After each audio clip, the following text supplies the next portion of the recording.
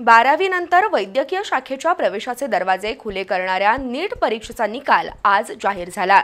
राज्यातून 2,42,858 विद्यार्थ्यांनी नीट परीक्षा दिली होती। त्यापैकी राज्यातील 1,25,727 विद्यार्थी या परीक्षेत पात्र ठरले आहेत।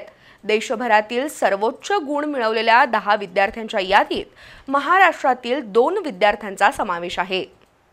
12वी नंतर MBBS, BHMS, BAMS, युनानी आणि डेंटल तसंच फिजिओथेरपी अभ्यासक्रमाला प्रवेश घेण्यासाठी नीट परीक्षा द्यावी लागते। देशभरात एकाच वेळी घेतली जाणारी नीटची परीक्षा विद्यार्थ्यांच्या करिअरसाठी महत्त्वपूर्ण असते। यंदा नीट परीक्षेसाठी महाराष्ट्रातून एकूण 2,48,201 विद्यार्थ्यांनी नोंदणी केली होती। त्यापैकी 2,42,858 विद्यार्थ्यांनी परीक्षा दिली। त्यातून 1,25,727 विद्यार्थी पात्र ठरले आहेत।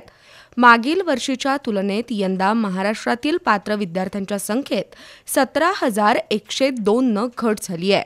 दरम्यान नीट परीक्षेत सर्वोच्च गुण मिळवणाऱ्या देशभरातील 10 विद्यार्थ्यांमध्ये महाराष्ट्रातील 2 आहेत। कृष्णांग जोशी या विद्यार्थ्यानं देशातून 3रा आणि आरव अग्रवाल यानं देशात 10वा क्रमांक पटकावलाय। तर सर्वोच्च गुण पटकावणाऱ्या 20 मुलींच्या यादीत महाराष्ट्रातील सिद्धी बढे या विद्यार्थिनीनं 3रा, ऊर्जा शहानं 5वा, इश्मित कौरनं 12वा क्रमांक पटकावला आहे।